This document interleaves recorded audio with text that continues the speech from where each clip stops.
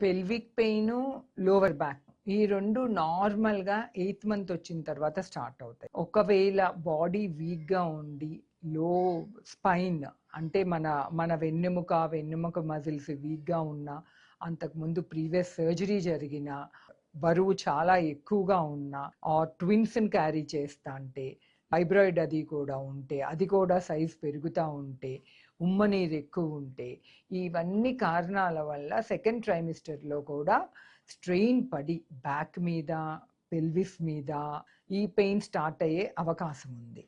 Pregnancy పెరుగుతా అంటే mother బరువు పెరుగుతుంది, బేబీ బరువు పెరుగుతుంది. సో ఇది మదర్ బరువు మూలాన, బేబీ బరువు మూలాన వచ్చింది కాబట్టి ప్రెగ్నెన్సీ పెరిగే కొద్దీ ఈ పెయిన్ ఇంక్రీజ్ అవుతానే ఉంటుంది. 3rd మంత్ కంప్లీట్ అయిన దగ్గర నుంచి ఈ స్ట్రెచెస్ చేస్తూ ఉంటే ఈ పెల్విక్ పెయిన్, బ్యాక్ పెయిన్ అనేవి మనకి కొంతవరకు సర్దుకుంటాయి.